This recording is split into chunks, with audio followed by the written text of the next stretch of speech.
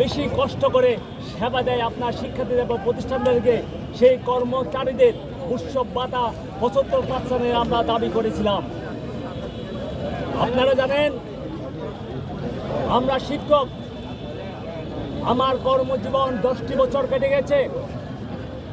চাকরিতে যখন যোগদান করি তখন আমার বাসা ভাড়া ছিল 1000 টাকা।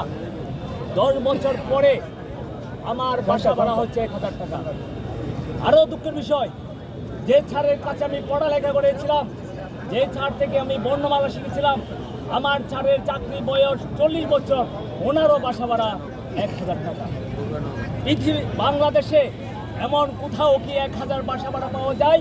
আপনাদের কাছে প্রশ্ন রাখলাম, পৃথিবীর কোথাও আমার মনে হয় 1000 টাকা দিয়ে বাসা ভাড়া পাওয়া যায় না।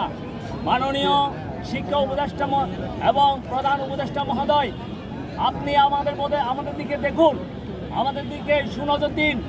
বাংলাদেশের 64 জেলায় শিক্ষার্থীদেরকে আমরা সুশিক্ষা দিয়ে আজকে আমরা তাদেরকে পুলিশ করেছি, সেনাবাহিনী করেছি, সচিব করেছি, এমপি করেছি। এই শিক্ষকরা মানবতার জীবনযাপন করতেছে। 1000 টাকা বাসা ভাড়া কোনোদিনও সম্ভব নয়। মাত্র 20% বাসা ভাড়া দাবি করেছে। এটি যৌক্তিক এবং যথার্থ। আমি আপনাদের কাছে অনুরোধ করব, আপনারা এই শিক্ষকদের প্রাণের দাবি মেনে নেবেন। খোলা আকাশের নিচে শহীদ মিনারে এখানে শিক্ষকরা মানবতার জীবন যাপন করতেছেন।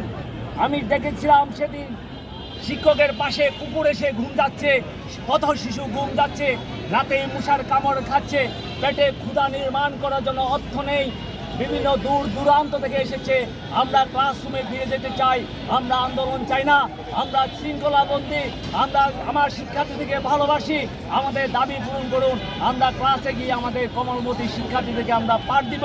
বিগত 5 দিন যে শিক্ষার ক্ষতি হয়েছে, আমরা কথা দিলাম যদি 20% আমাদেরকে বাসা ভাড়া দেন, তাহলে সেই 5 দিনে পড়ালেখা ইনশাল্লাহ অতিরিক্ত ক্লাস করে আমরা বসিয়ে দেব। সবাই